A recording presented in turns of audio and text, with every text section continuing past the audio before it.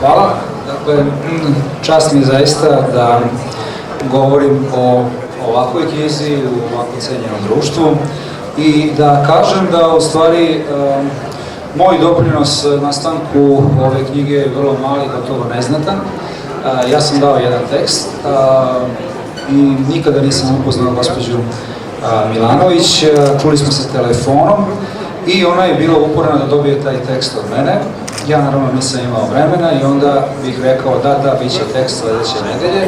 Onda bi se ona javila sledećeg meseca i pitala, i nastavila tamo gde je stala i pitala kad će tekst, a ja sam rekao da sledeće nedelje i da sam bio na njenom mestu, odavno bih od sebe odustao.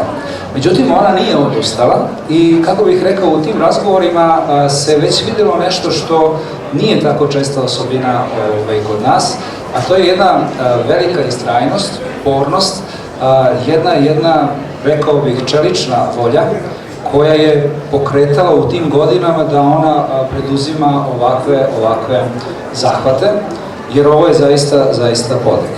I kako bih rekao, izuzetno mi je drago što sam se našao na neki način u ovoj knjizi, s obzirom na to da knjiga zaista predstavlja jednu vrstu razlistavanja kroz vreme i na neki način ona ide u dubinu, ide dijahronijski, ona govori o našim glasilima, dakle o Krvskom zabavniku, o štampariji u Bizerti, ona govori o udruženjima po svetu, a istovremeno se projektuje i u budućnost, govori o onome što će tek biti.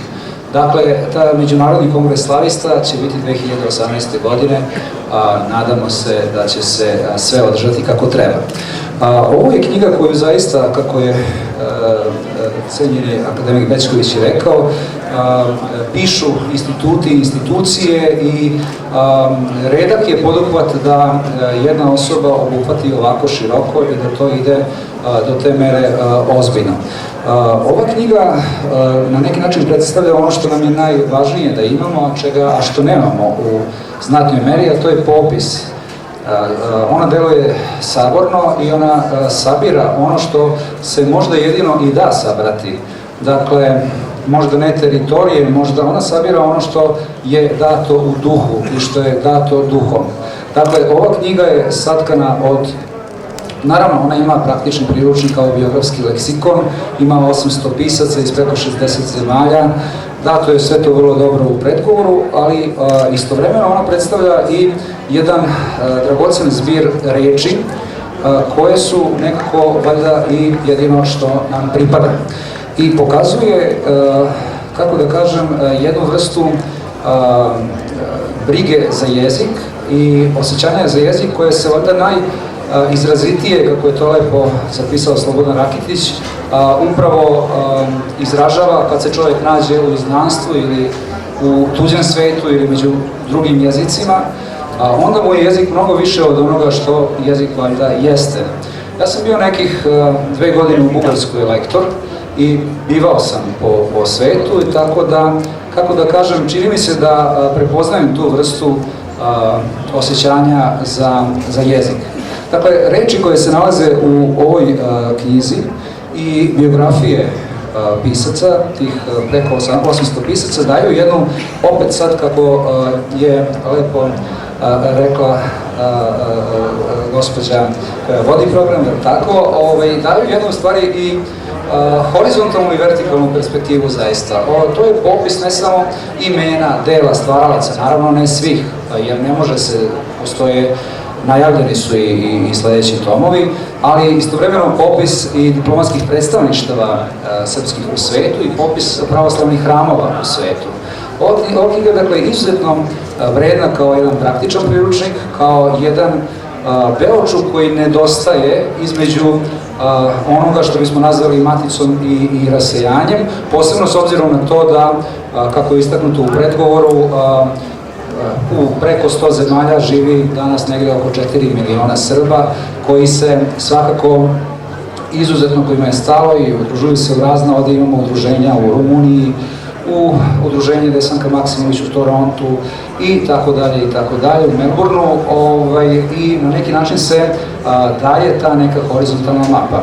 Izuzetno mi je drago što se ovde nalazi i tekst o Danici, pošto sam ja u Vukovoj zadužbini, predsjednik sam upravnog odbora Vukove zadužbine i upravo je vukovska ideja bila popisivanje i manastira i, kako da kažem, onoga što Srbi jesu. Članak Srbi svi i svuda, koji je objavljen u Kovčežiću, ovo je fototipsko izdanje, 1849. godine, objavljeno je sa pogovorom akademika Nadime Ošević-Đorđević, upravo to pokazuje, dakle, da se deluje tako da su Srbi svi oni koji govore istim jezikom, dakle za istoriju, jezik i običaje Srba sva tri zakona, u duhu vremena u kome je Vuk živeo, romantičarskom duhu i tako dalje, to je bilo potpuno pravilno i ispravno. Tome su date kasnije različite druge primese i ostalo, međutim vukovska ideja je bila i to opisivanje manastira i, kako da kažem, ne samo Vukova, ne možemo Vuku dati ekskluzivno pravo na to,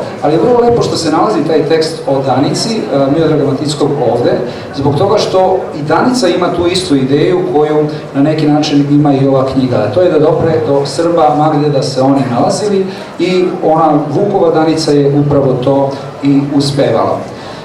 Ono što bih takođe rekao jeste da je podvig gospođe Milanović i knjiga koja je pred nama jedan izraz snažnog duha, jedan izraz volje koja na neki način pokazuje da imamo mi Srbi i šta da kažemo i o sebi i o drugima i da postoji nešto što bih rekao, često kažemo da su vremena teška, da i naravno ona jesu teška i da su sve gore i tako dalje, ali ja bih rekao da nekako i ova knjiga pokazuje da se upornošću i nekom vrstom elana i truda i akcijom pojedinca mnoge stvari mogu menjati. Ona pokazuje ono što je meni važno takođe, a to je da se u jeziku i u rečima, o tome je svakako mnogo pozvaniji gospodin Bećković da govori, ali ja bih rekao da se upravo ono što ostaje iza nas i što ostaje u nama i što ostaje kao spona između svih ovih imena ovde, to jeste delo. Ono će se vrednovati, vrednovat će ga oni koji su za to pozvani, i vreme pre svega, ali i književni kritičari pre toga, i vrednovalo se. Ali se hoće da reći da upravo u tim rečima se čuva i naša istorija, i naše pamćenje, i naša budućnost, i naša digitalna budućnost, i jezik koji se razvija u pravcu u kome se razvija. Možda ne treba toliko da brinemo za jezik, jezik je vitalan i jezik je, kako bih rekao, žilav, on se ne da. Kao što su vrhovni i kosmički zakonodavci jezika upravo književnici i pesnici, kao što je to bio veliki Lazar Kostić koji je držao Vukov rječnik na stolu, kao što je to bio Vinaver koji je držao Lazu Kostića na stolu, ako smem tako da kažem.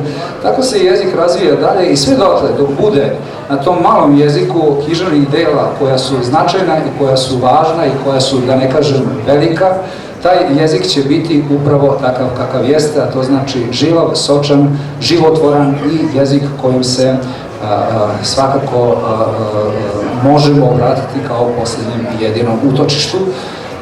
On često izražava i ono što mi hoćemo i ono što nećemo. Ja bih rekao i kada buzimo, naše reči dižu glave, sve promene se odigravaju u jeziku. Od, recimo, u onom času kad smo rekli kosovarka ili kosovari, tu već i postoji neka intencija iza toga, jer nije kosovarka devojka, nego kosovka devojka i tako dalje. Sve promene društvene se ogledaju najpre u rečima. I zbog toga su ove reči koje su pred nama i veliki napor gospođe Milanović dragoceniji. Ovo je njena ostavština, ovo je, kako bih rekao, nešto što za što je svakako vredelo živeti. Meni je žao što je nisam lično upoznao. Osjećam iskreno divljenje i iskrenu zahvalnost za ono što je uradila za našu kulturu. A mi ćemo se potruditi, bar ja kao i svi mi koji to radimo, da taj veliki svetski kongres slavista koji će okupiti 1000 slavista 2018. godine u Beogradu, što je bio san Aleksandra Berića 39. kada kongres nije održan zbog izbijanja Drugog svjetskog rata, da taj kongres upriličimo tako da bude na čast svima nama, pa i svakako gospođi Milanović. Hvala još jednom na pozivu.